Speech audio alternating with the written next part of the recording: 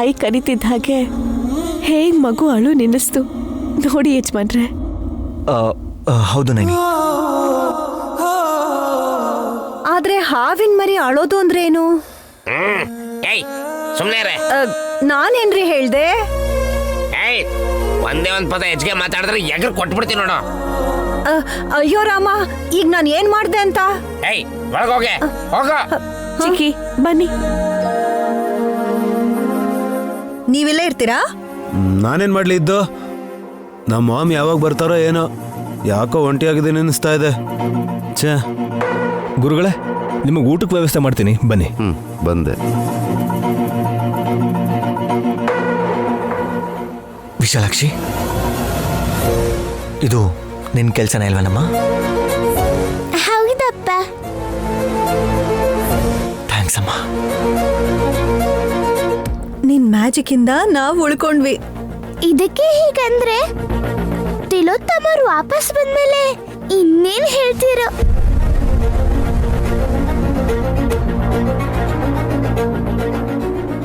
ಗುರುಗಳೇ, ಆ ಮಗು ಹಾವಾಗ ಹೇಗ್ ಬದಲಾಯ್ತು? ಉಲುಚಿ ಅಂದ್ರೆ ನಾವು ನಿಜ ಅನ್ಕೋಬೋದಿತ್ತು, ಉಲುಚಿ ಅಲ್ವಲ್ಲ? ವಿಶಾಲಾಕ್ಷಿ ಮಾಡಿರೋ ಮಾಯೆಯಿಂದ ಹಸುಗೂಸು ಹಾವಾಗಿ ಬದಲಾಗಿದೆ ಹಾಸಿನಿ. ಬೆಳಗಾದ್ಮೇಲೆ ಮತ್ತೆ ಮೊದಲಿನ ಥರನೇ ಆಗ್ಬಿಡ್ತಾಳಲ್ವಾ ಸ್ವಾಮಿ? ಅಷ್ಟರವರೆಗೂ ಇರಲ್ಲ, 3 ಗಂಟೆಯಲ್ಲೇ ಹೆಣ್ಮಗು ಆಗಿ ಬದಲಾಗುತ್ತೆ. ಅದೇ ಹೇಗೆ? ಹಾ, ಅಯ್ಯಯ್ಯೋ, ಹಾಗಾದ್ರೆ ಸುಮ್ಮನಾಗಿ ಎಲ್ಲ ಗೊತ್ತಾಗ್ಬಿಡತ್ತೆ ಅಲ್ವಾ? ಗುರ್ತು ಹಿಡಿಯೋದಲ್ಲ ಅದಕ್ಕೆ, ಅವಳು ಮಗಳಲ್ಲ ಅಂತ ಕಂಡು ಹಿಡಿತಾಳೆ. ನಮಸ್ಕಾರ ನೈನಿ. ಇದೇನಕ್ಕ ನನಗ್ ನಮಸ್ಕಾರ ಮಾಡ್ತಿದ್ಯಾ? ಸಹನೆಯಲ್ಲಿ ಸೀತಾದೇವಿ, ಬುದ್ಧಿಯಲ್ಲಿ ಶಾರದಾ ದೇವಿ, ಟಿವಿಲಿ ಪಾರ್ವತಿ ದೇವಿ ಆಗಿರೋದ್ರಿಂದ ನಿನ್ನ ಕೈ ಮುಗಿಬೇಕು ಅಂತ ಅನಿಸ್ತು. ಸುಮ್ನಿರೋ ಅಕ್ಕ, ಸಮಯ ಸಂದರ್ಭ ನೋಡ್ದೆ ಹೊಗಳ್ತಾ ಇದ್ಯಾ. ಸಮಯ ಯಾಕಿಲ್ಲ ನೈನಿ, ಈಗ 10 ಆಯ್ತು, ಸಂದರ್ಭ ನಾವೇ ಅನ್ಕೋಬೇಕು. ಒಂದು ನಿಮಿಷ ಇರಿ ಅದಕ್ಕೆ. ನೀನೇನು ಬಂದಿದ್ದು? ಸ್ವಾಮೀಜಿ ಕರ್ಕೊಂಡ್ಬಂದಿರೋ ಆ ಹಸುಕೂಸನ್ನ ಸುಮನ ಮೊದಲು ಒಪ್ಕೊಳ್ದೆ ಹೋದ್ರು ಕತ್ಲಾಗಿ ಉಲುಚಿ ಹಾವಾಗಿ ಬದಲಾದ್ಮೇಲೆ ತನ್ನ ಅನುಮಾನನೆಲ್ಲ ಅವಳ ಪಕ್ಕಕ್ಕೆ ಇಟ್ಬಿಟ್ಲು. ಆ ಸಂತೋಷನ ಹಂಚ್ಕೊಳಕ್ ನಿಮ್ಮ ಹತ್ರ ಬಂದೆ. ನೀನ್ ಹಂಚ್ಕೋತೀಯಾ? ಸುಮ್ಮನ ಬೆಳೆಸ್ತಾಳೆ. ಯಾರನ್ನ? ಮಗುನ.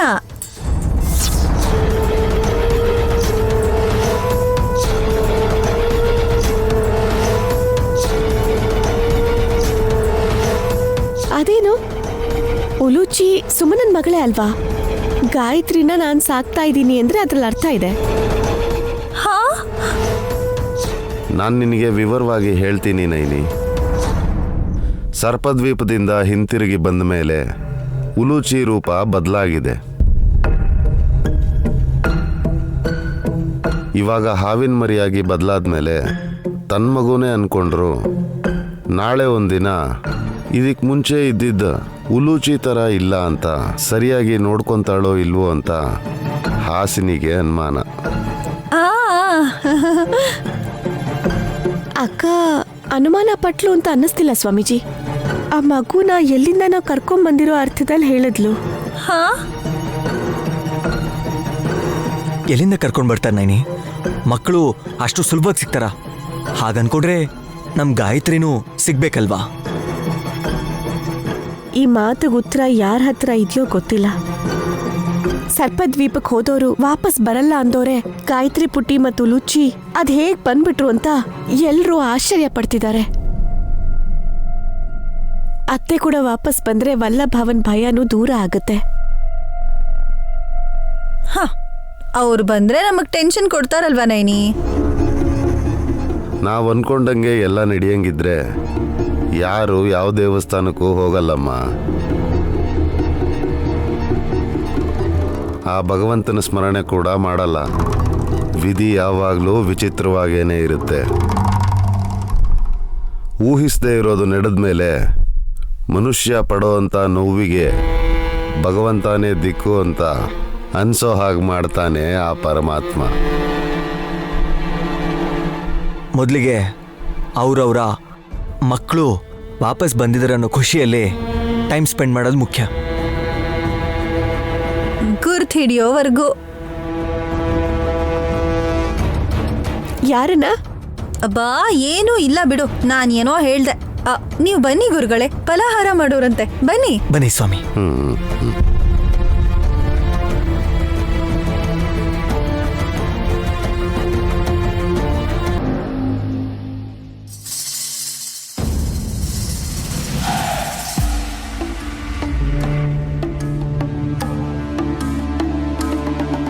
ನಿಮ್ಮಮ್ಮ ಎಲ್ಲಿದ್ದಾಳೆ ಅಂತ ತಿಳ್ಕೊಳಕ್ಕೂ ಮುಂಚೆ ಅಷ್ಟಕ್ಕೂ ಅವಳು ಯಾಕೆ ಸರ್ಪ ದ್ವೀಪಕ್ಕೆ ಹೋಗ್ಬೇಕಾಗಿ ಬಂತು ಅಂತ ತಿಳ್ಕೋಬೇಕು ಅಲ್ಲವ?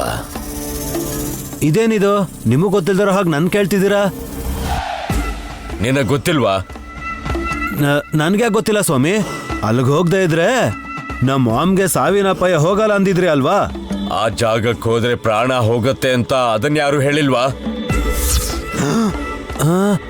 ಇದೇನ್ ಸ್ವಾಮಿ ಮಾತ್ ಬದಲಾಯಿಸ್ತಾ ಇದ್ದೀರಲ್ಲ? ಯಾರ ಮಾತನ್ನ ನಂಬಿ ನೀನು ನಿಮ್ಮಮ್ಮನ್ನ ಕಳಿಸ್ಕೊಟ್ಟೆ? ಮಾಯಾವಿ ಹುಡುಗಿ ಮಾತ್ ನಂಬೇಡಿ ಅಂತ ಬಡ್ಕೊಂಡೆ. ನನ್ ಮಾತ್ ಕೇಳಿದ್ರಾ? ಅವಳ ಜೊತೆ ಗಾಯತ್ರಿ ಪುಟ್ಟಿನೂ ಹೋಗಿದ್ದಾಳೆ ಅಂತಂದ್ರೆ ಅದಕ್ಕಿಂತ ದೊಡ್ಡ ಮೃತ್ಯು ಯಾವ್ದಿದೆ ಅಂತ ಹೇಳು.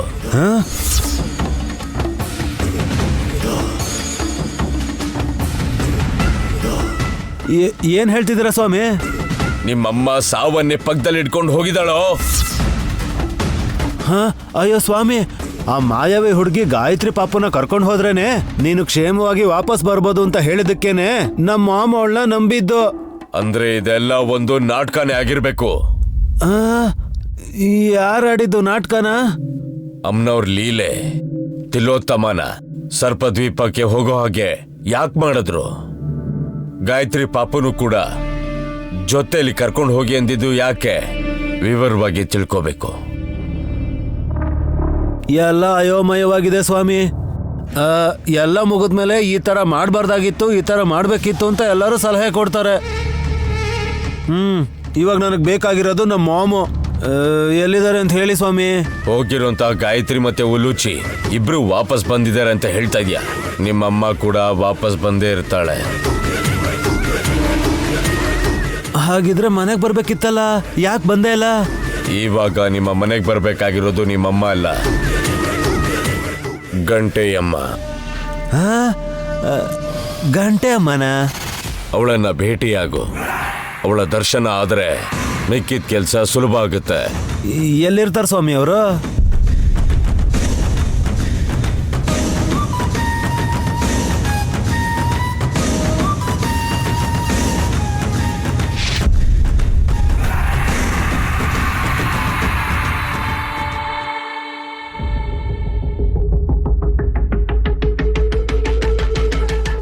ವಿಶಾಲ್, ತಿಲೋತ್ತಮ ಅತ್ತೆ, ಗಾಯತ್ರಿ, ಉಲುಚಿ ಈ ಮೂವರನ್ನು ಸರ್ಪದ್ವೀಪ ಕಳಿಸು ಅಂತ ಶಿವಭಕ್ತೆ ಆಗಿರೋ ವಿಶಾಲಾಕ್ಷಿ ಹೇಳಿದ್ಲು ಅಂತ ಕಳಿಸಿದ್ವಿ. ಆದ್ರೆ ಅಲ್ಲಿಂದ ವಾಪಸ್ ಬಂದಿರೋದು ಒಬ್ರೇ. ಅದಕ್ಕೆ ಇಬ್ರು ಅಂತ ಹೇಳ್ಬೇಕು. ನಮಗ್ ಗೊತ್ತು ತಾನೆ ಒಬ್ರೇ ಅಂತ. ಅಫ್ಕೋರ್ಸ್ ಅದಕ್ಕೆ, ಆದ್ರೆ ಆ ವಿಷಯ ಯಾರಿಗೂ ಗೊತ್ತಾಗ್ಬಾರ್ದಲ್ವಾ? ಪಾವನ್ ಮೂರ್ತಿ ಚಿಕ್ಕಪ್ಪಂಗ್ ಗೊತ್ತು. ಮಾವ ಹೇಳಲ್ಲ, ಬಟ್ ಯಾವುದೇ ಕಾರಣಕ್ಕೂ ನೀವು ಮಾತ್ರ ಬಾಯ್ ಬಿಟ್ಟು ಹೇಳ್ಬೇಡಿ. ನನ್ ಬಗ್ಗೆ ನಿನಗೆ ಗೊತ್ತಿದೆ ಅಲ್ವಾ? ಹೇಳ್ಬಿಡ್ತೀರಾ ಹೇಗೆ? ಅದೇನು ಅಂತ ನನ್ನ ಹತ್ರನೂ ಹೇಳಿದ್ರೆ ನಾನು ಸಂತೋಷ ಪಡ್ತೀನಲ್ವಾ? ತಿಲೋತ್ತಮ ಅತ್ತೆ ಬಗ್ಗೆ ನೈನಿ ಸರ್ಪದ್ವೀಪಕ್ಕೆ ಹೋದ್ಮೇಲೆ ಕರಡಿ ಹಾವು ತಲೆ ಮೇಲೆ ದೀಪ ಬೆಳಗ್ಸದ್ಮೇಲೆ ಎಲ್ಲೋ ಹೊಟ್ಟೋದ್ರು ಅಂತ ವಿಶಾಲಾಕ್ಷಿ ಹೇಳ್ತಿದ್ದಾಳೆ ಅಲ್ವಾ? ಧೈರ್ಯವಂತೆ ತರ ಗಾಯತ್ರಿ ವಾಪಸ್ ಬದ್ಲು. ಉಲುಚಿ ಕೂಡ ಅದೇ ಅತ್ತೆ ಮಾತ್ರ ಯಾಕೆ ದಾರಿ ತಪ್ಪಿದ್ರೇನೋ ಅಂತ ಮಾತಾಡ್ಕೋತಿದ್ವಿ ನೈನಿ. ಅವರೆಲ್ಲೋ ದಾರಿ ತಪ್ಪಿರ್ಬೇಕು. ಅದೇ ಹೇಳಿದ್ದು. ನೈನಿ, ಈಗ ಮಾತಾಡ್ಬೇಕಾಗಿರೋದು ವ್ಯಕ್ತಿತ್ವದ ಬಗ್ಗೆ ಅಲ್ಲ, ಅಸ್ತಿತ್ವದ ಬಗ್ಗೆ. ವಿಶಾಲಾಕ್ಷಿ ನಿನ್ನ ಅಮ್ಮ ಅಮ್ಮ ಅಂತ ನೀನ್ ಹಿಂದಿಂದೇನೆ ತಿರುಗ್ತಿರ್ತಾಳೆ ಅಲ್ವಾ ನೈನಿ? ನಿನ್ನ ಹತ್ರ ಏನಾದ್ರು ಹೇಳದ್ಲಾ? ತುಂಬಾ ವಿಷಯಗಳು ಹೇಳ್ತಾಳಕ್ಕ. ಯಾವ್ದ್ರ ಬಗ್ಗೆ ಹೇಳಿ? ತಿಲೋತ್ತಮ ಮಾಮ್ ಬೇರೆ ದಾರಿಲಿ ಹೋಗಿದ್ದಾರೆ ಅಂತ ವಿಶಾಲಾಕ್ಷಿ ಹೇಳಿದ್ಲಲ್ಲ, ಮತ್ತೆ ಆ ವಿಷಯದ ಮೇಲೆ ಏನಾದರೂ ಯೋಚನೆ ಮಾಡಿದ್ರ ಅಂತ.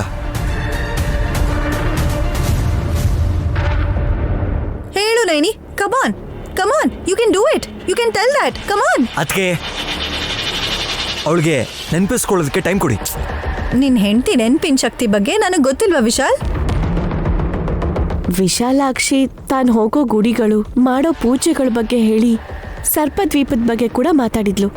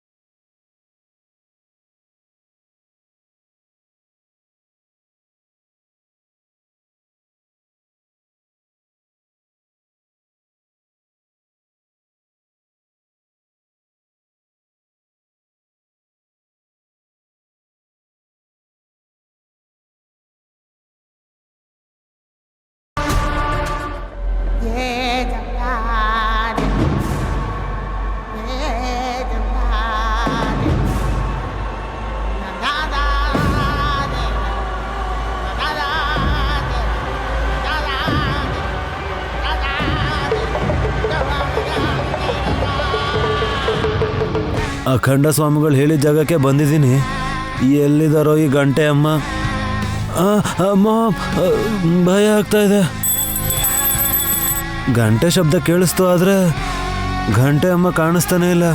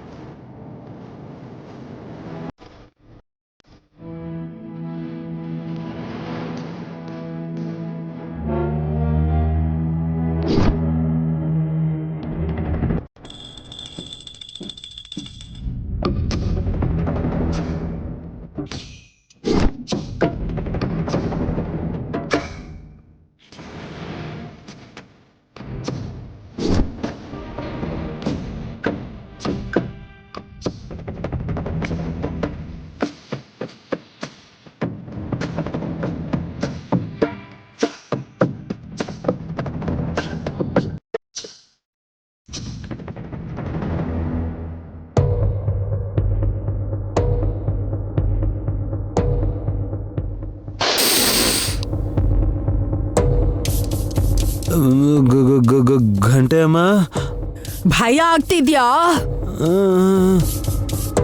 ಯಾಕೆ ಹೇಗಿದ್ದೀರಾ ನೀವು?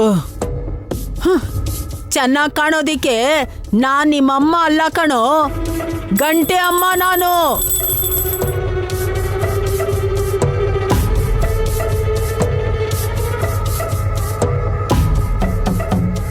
ಗಂಟೆ ಅಮ್ಮ, ನಿಮ್ಮನ್ನ ಭೇಟಿ ಆಗ್ಬೇಕು ಅಂತ ಅಖಂಡ ಸ್ವಾಮಿಗಳು ಹೇಳಿದ್ರು. ಅಡ್ರೆಸ್ ಹುಡ್ಕೊಂಡು ಬರೋ ಅಷ್ಟರಲ್ಲಿ ಕತ್ಲೆ ಆಗೋಯ್ತು.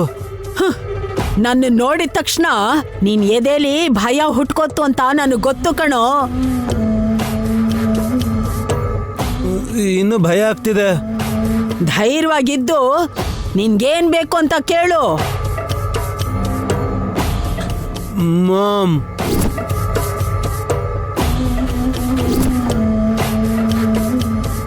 ಅಂದ್ರೆ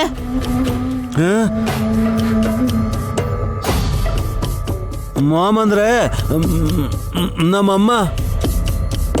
ಆತ್ಮನ ಹುಡ್ಕೊಂಡ್ ಬಾ ಅಂದ್ರೆ ಬೇಕಾದ್ರೆ ಹುಡ್ಕೊಂಡ್ ಬರ್ತೀನಿ, ಆದ್ರೆ ನಿಮ್ಮಮ್ಮನ್ ಕರ್ಕೊಂಡ್ ಬಾ ಅಂದ್ರೆ ನಾನ್ ಹಾಗೆಲ್ಲ ಸಮಯ ವ್ಯರ್ಥ ಮಾಡ್ಕೊಳಲ್ಲ ಕಣೋ ಅಯೋಗ್ಯ.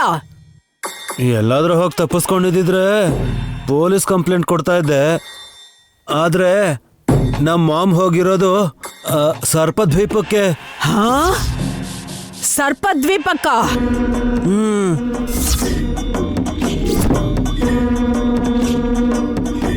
ನೀವು ಕೂಡ ಶಾಕ್ ಆದ್ರ? ಅಲ್ಲಿಗೆ ಹೋದವರು ಯಾರು ವಾಪಸ್ ಬರಲ್ಲ ಕಣೋ ಮೂರ್ಖ. ಹೌದಾ? ಇದೇನಿದು? ಮತ್ತೆ ನಮ್ಮ ಮಾಮ್ ಜೊತೆಗೆ ಗಾಯತ್ರಿ ಪಾಪನು ಉಲುಚಿ ಪಾಪನು ಹೋಗೋದಕ್ಕೆ ಹೇಳಿದ್ರು. ಹಾ, ಚಿಕ್ಕ ಮಕ್ಕಳು ಹೋಗಿದ್ವಾ? ಅಂದ್ರೆ ಒಂದ್ ಮಗು ದತ್ತಕ್ ತಗೊಂಡಿದ್ ಗಾಯತ್ರಿ, ಇನ್ನೊಂದ್ ಮಗು ಹಾವಿನ ಮರಿ. ಬೆಳಿಗ್ಗೆ ಹೊತ್ತು ಮಗುವಾಗೇ ಇರುತ್ತೆ. ಅರ್ಥ ಆಯ್ತು. ಇದ್ರಲ್ಲೇನೋ ಮಸಲತ್ತಿದೆ. ನಿಮ್ ಮನೇಲಿ ಆತ್ಮ ಇದ್ರೆ ಮಾತ್ರ ಇದು ಸಾಧ್ಯ ಆಗತ್ತೆ. ಆತ್ಮನ? ಹೌದು. ನಮ್ ದೊಡ್ಡಮ್ಮ ಗಾಯತ್ರಿ ಪುನರ್ಜನ್ಮ ಪಡೆದ್ಮೇಲೆ ಆತ್ಮ ಯಾಕಾಗಿರ್ತಾರೆ? ನನ್ನನ್ ಕರ್ಕೊಂಡು ಹೋಗು. ಆ ಆತ್ಮನ, ಆ ಗಾಯತ್ರಿ ದೇವಿನ ಬಂಧಿಸ್ತೀನಿ ನಾನು. ಆಗ ನಿಮ್ಮಮ್ಮ ಬರ್ತಾರೋ ಇಲ್ವೋ ಅಂತ ನೋಡೇ ಬಿಡೋಣ. ಸರಿ ಆಯ್ತು.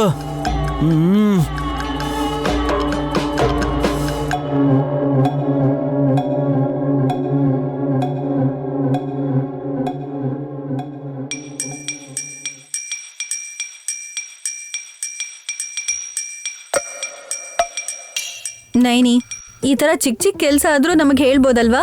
ಇದು ಒಂದ್ ಕೆಲ್ಸನಾ ಅಕ್ಕ?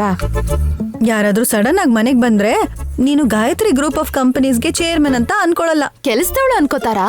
ನೀನ್ ಅನ್ಕೋತಿಯ ಹಾಗೆ ಬಿಡೆ. ನೈನಿ ಮುಖ ಕಳೆ ಎಷ್ಟ್ ಚೆನ್ನಾಗಿದೆ ಅಂತ ನೋಡು. ನಾನು ಹೇಗಿದ್ದೀನಿ ಚಿಕ್ಕಿ? ಆತ್ಗೆ ಚೆನ್ನಾಗಿದಾರ, ನೀನು ಚಾಕು ತರ ಇದೆಯಾ.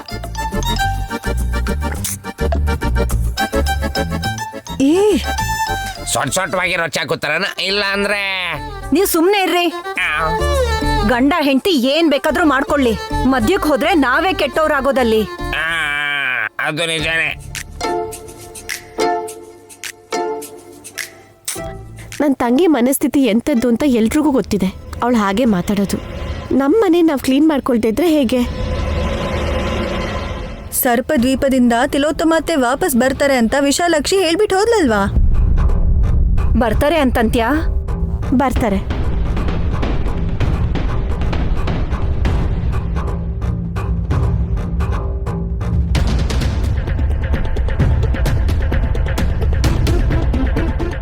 ನಿಲ್ಸೋ.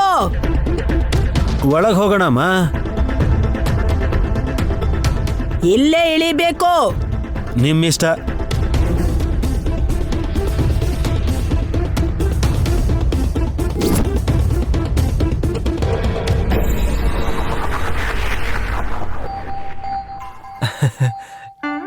ಟಾಯ್, ನೀನ್ ಹಾಗೆ ತುಂಬಾ ಮುದ್ದಾಗಿದೆಯಮ್ಮ.